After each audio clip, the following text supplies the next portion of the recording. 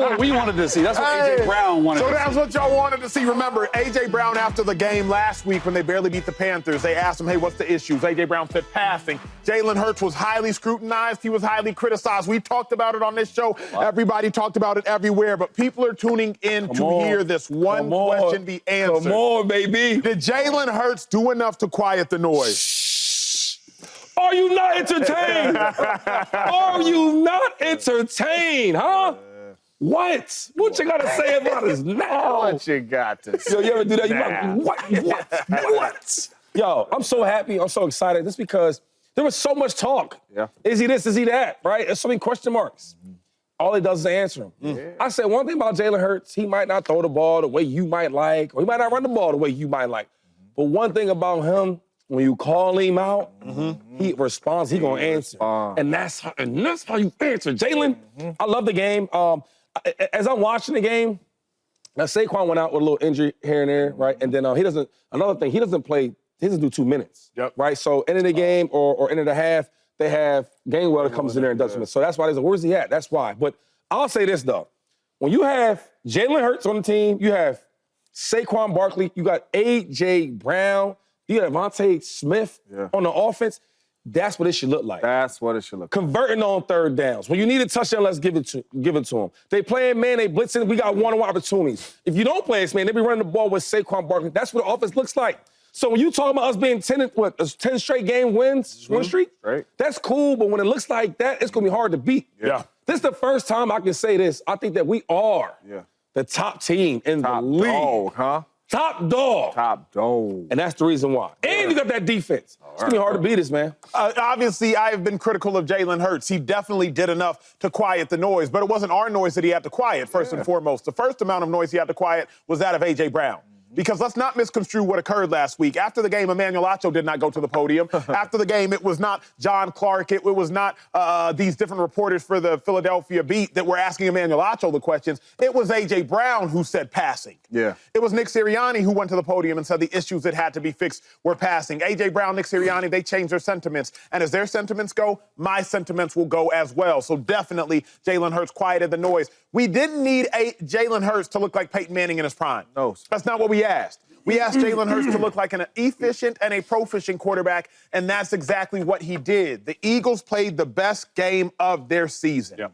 They played the best opponent they have played all season, and they beat that opponent as well and as handedly as they have beaten any opponent they have played this season. So definitely quieted the noise. But once again, I remind everybody, our noise was a reflection of their noise. Our noise was simply the echo of A.J. Brown's noise. A.J. Brown said passing. We reiterated passing. We do 2-hour shows. A.J. Brown did a 2-minute bite. So, of course, we're going to do it in an elongated version. But at the point in which A.J. Brown's not complaining, I'm not complaining. A.J. Brown's a top 5 receiver, and he's not 5. He was able to show it yesterday. I think the noise is quiet. Very well said. Yeah, I mean, look, he definitely did enough to quiet the noise. And quite honestly, when you look through his game film, this was the best game he's played all year. And it's not even close, not even close, in my opinion. And when the Eagles have their pass game going like this, which is their weakness, which, look, that was the thing that probably was not holding them back because they were still winning. That was the thing they could have done better throughout the year.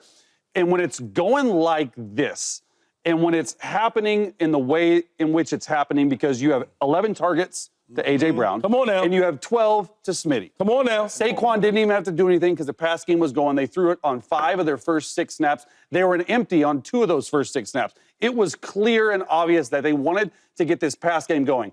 When it gets going like this, they are clearly the best team in the NFC. I'm not ready to say in the NFL yet. We'll get to that later.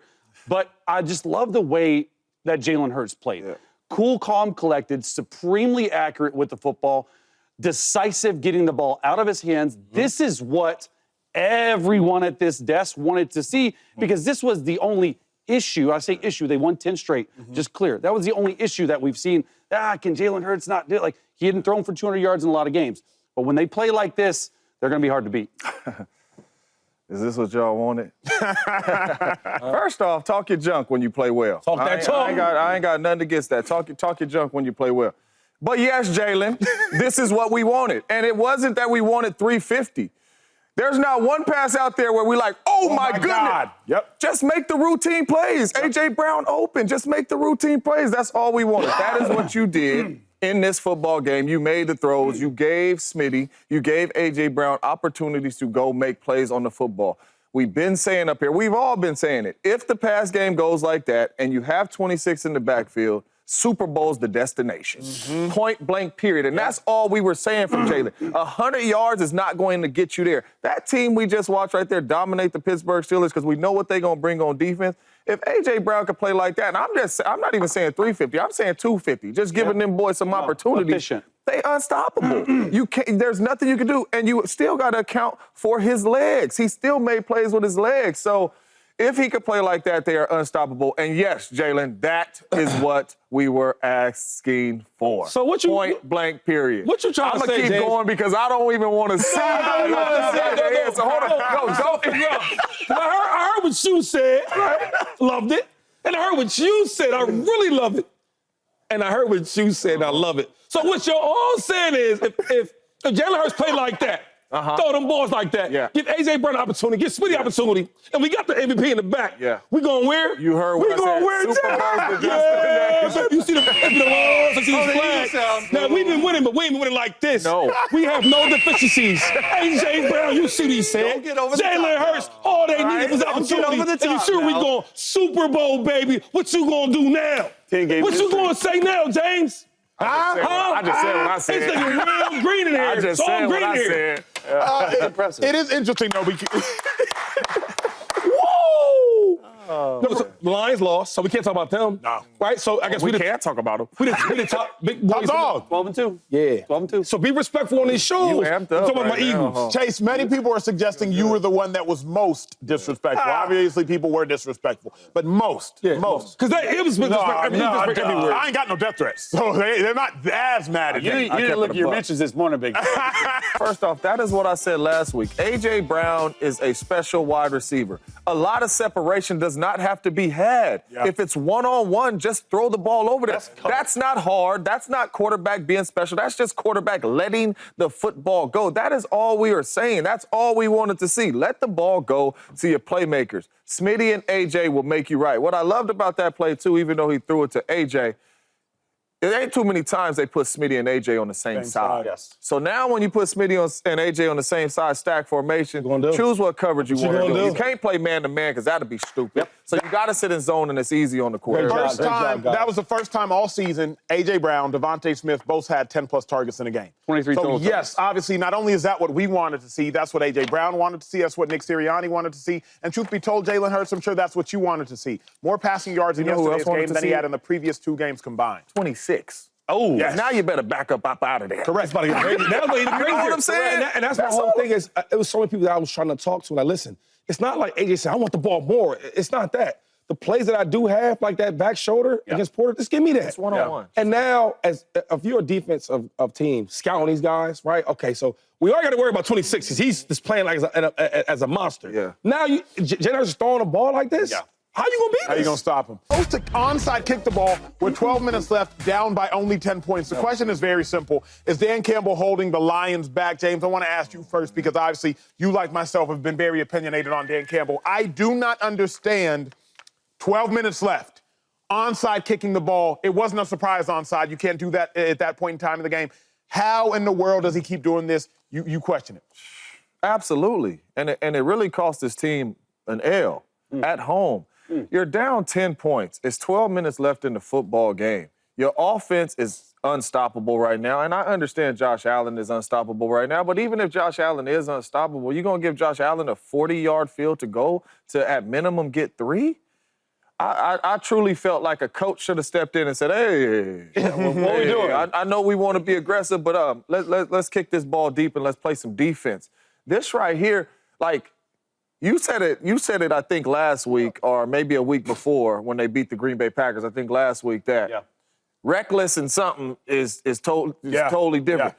This is reckless. This is not like a tough, hard-nosed, I'm leaning on my team. This is hurting your football team right here. This is hurting your defense. It's hurting your defensive coordinator. It's already hard enough to stop Josh Allen, and you make a mistake like this to kick an onside kick with 12 minutes left. This is, I mean, as I was watching it, I'm like, what is he doing? This is stupid. This is not winning football. Detroit Lions are trying to win a Super Bowl. You was in the NFC Championship last game, and plays like this cost you a trip to the Super Bowl. Don't let it happen again, hurting your players like this. Wait. Hold up. Let me get this straight. Because I'm fair here, right? I know we always like to praise Dan Campbell for the way he plays and aggressive he is. But now they lose, it's an issue. Okay, let's go to this part real quick, James. Because I just want to make sure I'm clear what you're saying. You said the defense. What did the defense do at all yesterday? Nothing. They couldn't stop nobody. No, they could not. So if my quarterback got 5 touchdowns, throwing for 400 yards, no picks, and we still lose the game? How? So on defense, I got to do something, though. If we can't stop Josh Allen, no, I'm being serious here. We can't stop Josh Allen. So what do we do? 40-yard field? Well, answer your question, though. If I can't stop Josh Allen, Josh is doing whatever he wanted. Throwing it, running it, everything he want to do. If I can't stop Josh Allen, I'm going to say onside kick because it ain't no surprise. Josh Allen. No, seriously, if you're the head coach, right, and on offense we're playing phenomenal. My quarterback got 400-something plus yards, 5 touchdowns or something like that. It's never been done before in a loss. This has been done before, but not with a win.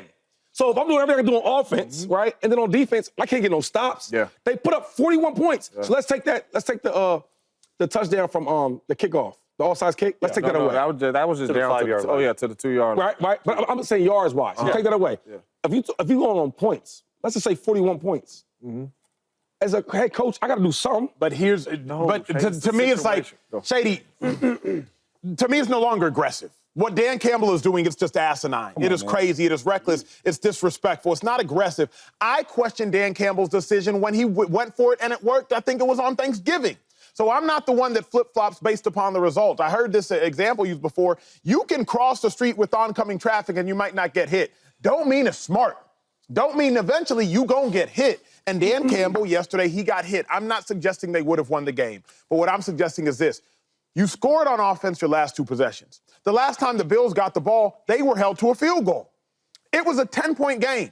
If you hold the Bills to a field goal again, it's still just a 2-possession game. Now you go get a touchdown. Now it's a 1-possession game. Maybe it's a 7-point game or a 6-point game with 8 or so minutes left. I mean, you were scored at will offensively. So to me, it was just dumb because you're putting your team in a position to lose. I understand you were having a hard time stopping Josh Allen, but you have to hope that the Bills will stop themselves. That's what they did the drive before. Holding penalty and I think a false start penalty. That's why the Bills ended up with 3rd and goal at like the 25-yard line because the Bills were going to make mistakes. It's very hard for an offense to go 80 yards down the field without a false start, without a hands to the face, without a holding, without an illegal man downfield. Make the Bills do that. Dan Campbell is either smarter than everybody else or he is dumb.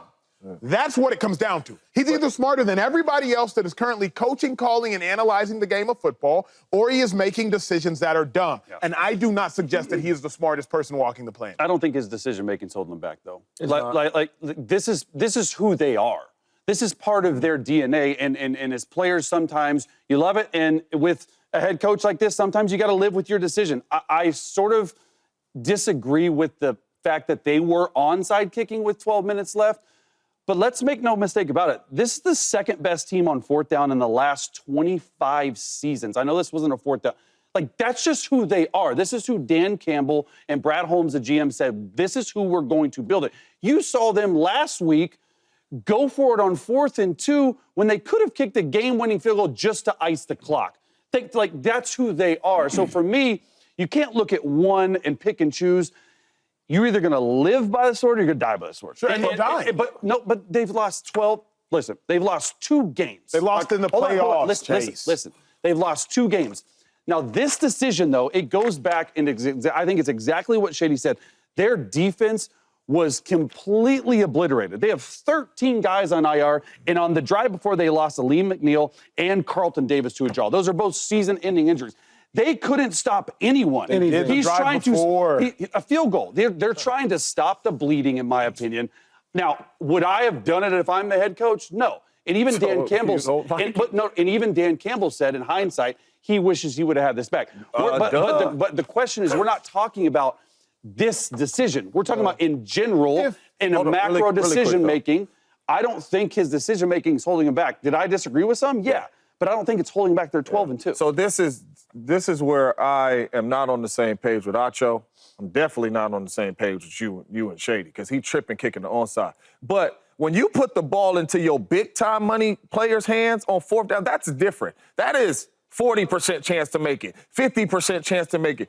You're kicking an onside kick, which is 6-7% chance to make it in your kicker's hands. That is crazy. This is not an offensive play. You practice 24/7 on fourth downs, offensive plays. I'm cool with you running behind Panay Sewell on 4th and 1. I'm cool with that. You know what I'm saying? With Montgomery or Gibbs. Them dudes is like that. You are kicking an onside kick that's not a surprise with 12 minutes left in the football game. At least let your team go fight. When you go for it on 4th down, that's letting your team fight. Kicking a field goal kicking an onside kick, that's dumb, man. That's hurting your football team. I don't agree with the decision to kick the onside kick, but let's be real. Like, if we're truly, we're all analysts up here. That's not the reason they lost the game. No. It's not the reason. It's not even close. They couldn't stop anyone. They are literally, to me, dying on the defensive side of the football. So they've won more games being risky than they've lost. If this was a Chiefs and if it was Andy Reid, I won't question anything. But it's not as though the Detroit Lions have been to nor won multiple Super Bowls. So we can't sit here and say this is just what they do and proclaim it as though it always works and it works to the highest level. We literally saw them lose to the 49ers last year on the backs of these same bonehead decisions. They lost to the 49ers because they did not kick field goals. Now this year, we're seeing the same ignorant aggression, and it cost them again. I'm not suggesting they would have won the game, but it ensured that they lost the game. It ensured they did. Chase, they ended up going down by 17. They still would have been down 13, though. Potentially, no. If you they still lost by 6. If you kick the ball down the field, it's still just a 10-point game at that point in time. Yep. Now, in the event the Bills only get 3, because mind you, we're spotting the Bills' points. Yeah. The Bills still got to go down the field. 3, but anything can happen. Which they have been, though. But the way they was rolling, the way the game was going. I'm with you on that. They got held to a field goal. I know, but that time, the drive he's before they got anything all I'm saying is that the way they was playing, you can't predict that. So then let me ask y'all this, because I've heard running it, they throwing into everything. I was calling color commentary for a game before. This was a team as a bowl game in 2018. The coach, they were playing Navy or Army. Houston was playing Navy or Army. I think Major Applewhite was the coach. He's like, we're not going to be able to stop him, so we should just onside kick the whole time, right? I think they actually ended up losing by a crazy margin. I suggest this to say, so then why not Dan Campbell onside kick every time? If they can't stop them, why not just onside kick every single time? They're playing with a bunch of third stringers. They're playing with a bunch of third stringers on defense. First of all, right, when he goes for it on the 4th downs and all that, it's because our offense is probably better than most defenses. Yes, sir. Right, and I'm trying to make an impact on this team, right? If the offense is playing well and the defense is struggling, I got to make an impact somehow, some way. Now, I don't necessarily agree with the call, but I see what he was thinking. Like, we got to do something. Not me. We talk about the Detroit Lions. You know how bad they've been over the years? This is what I don't like about what people be doing. They've been bad. We talk about the Detroit Lions. Awful squad, right? Dan Campbell finally got this thing cooking, rolling. We arguing about if it's the right decision or not. They lost 2 games. That's all they lost, 2 games. Last year, I didn't know if we expected the Detroit Lions to be like that. Did y'all? No. Nobody did. But now the aggressive play calls, Jared Goff, the way he's playing, the running backs, everything he's put together is working. So coaches just don't win Super Bowls in their first 4 years. That don't happen always like that. All I'm saying is the way he's been coaching, his philosophy, his methods, what he's doing is working. Yeah, so they dropped this game to a good Bills team. Really good Bills team. But going forward, we still fear the Lions. And a lot of that is because the players that he's got there and the way he coaches. Yeah. You think a defense, and you're a defensive guy. You see that offense out there, you don't want to see them 4 times in a row. You hope to get to 3rd and 18 because if it's 3rd and 5, or 4th and 5, we might go out there and stop him. All I'm saying is the way he's been playing has been working for the Detroit Lions. And I would say to Shady's point, and you said you'd be okay with if it was Andy Reid doing that, correct. Right? Okay, I get that, but go back to 2022, the last 10 games of the year, okay, and all of 2022, the last of that season, then all of 2023, now all of 2024, the Detroit Lions have one of the best, if not the best, records in all of football, and they've been doing it since then, and we didn't talk about it then. So they've had sustained success. Now I get they have not been to a Super Bowl. It cost them. It cost them last year. But let's not, this is how it's been for 2.5 years. What I'm suggesting is we know, and James, you've heard the phrase, youth is wasted on the young, right? What I'm suggesting is I believe in 5 to 10 years from now, Dan Campbell will probably be sitting back like, man, I was probably tripping, huh? Like, he's wasting these opportunities on the early stages of his coaching career. I don't think Dan Campbell's going to call it like this all the time. You talked to me previously about, like, Andy Reid. Andy Reid changes how he dealt with quarterbacks after his first one to how he deals with quarterbacks now. Dan Campbell is still a young head coach. Yeah. So it's not that I'm not blaming this on his youth. I'm simply suggesting he's not going to keep doing it. Do you know where they come from? The Detroit Lions? I think we're forgetting how bad. Yes. You out of all people, James, you played that division. I did. You couldn't wait to get to a Detroit Lions game as a Packer. 0-16. Oh, yo. 0-16. You know what pisses me off? Because y'all play in the NFL. You know who the Detroit Lions are. Yeah. The brother that said they went 0-16. That did happen in life. Yeah. So you go from that to an aggressive head coach, but we losing 2 games and we upset?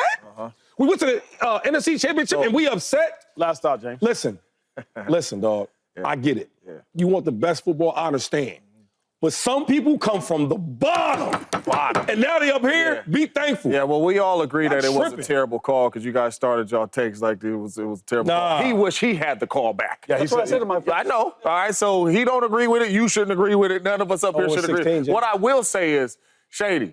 Yes. Even if you came from the bottom to the top. The trenches. And you are a gambling man, right? There ain't no way if you seen an Aaron Rodgers ain't threw for 300 yards in I don't know how many games, and you gonna say, I'm putting $100,000, he gonna throw for 300. You're not doing that. You don't get onside kicks. What up, YouTube family? Welcome to the facility. Thanks for watching, and you better be sure to hit that subscribe button if you want to get more highlights from the show and all of our exclusive content.